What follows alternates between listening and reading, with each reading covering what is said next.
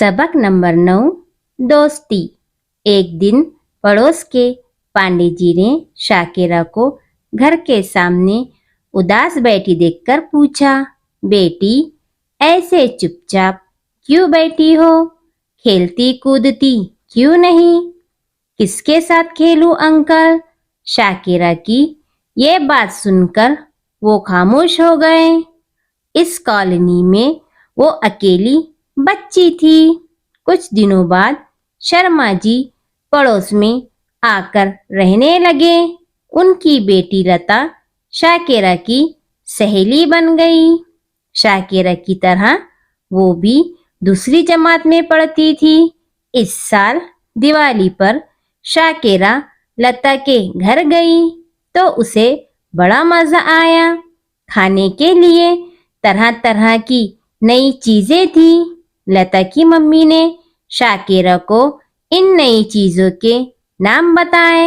ये बेसन के लड्डू है, ये चूड़ा, ये करंची, ये चकली, ये सोन पापड़ी और ये शक्कर पारे। शाकिरा ने कुछ चीजें पहली बार देखी थी।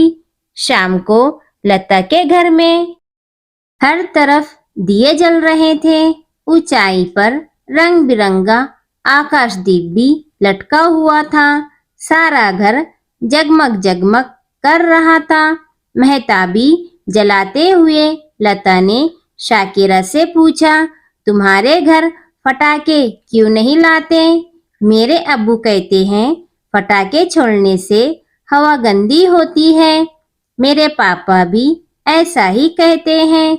इसीलिए तो इस साल हमारे यहाँ थोड़े से ही पटाखे आए हैं। लता, तुम मेरे घर ईद पर आओगी ना? मेरी अम्मी तुम्हें सिवैयाँ और शीरखुरमा खिलाएंगी। हाँ, मैं जरूर आऊंगी। चंद महीनों के बाद ही शर्मा जी का तबादला किसी दूर के इलाके में हो गया। लता के जाने से शाकिरा फिर अकेली हो गई। आज ईद का दिन था। शाकिरा को रह रहकर लता की याद आ रही थी। वो यहाँ होती तो मेरे नए कपड़े देखकर कितनी खुश होती। ईद के दिन अब्बू ने गरीबों में अनाज और रुपये बांटे। शाकिरा ने पूछा तो कहने लगे, ये इसलिए कि गरीब लोग भी हमारी तरह ईद की खुशियों में शरीक हो सके। घर में सब नए नए कपड़े पहने खुशबू लगाए घूम रहे थे। किचन से शीरखुरमे की खुशबू कमरे में फैल रही थी। अचानक घर के सामने कार रुकने की आवाज आई और हरन बजता सुनाई दिया। शाकिरा और उसके अब्बू बाहर निकलकर देखा।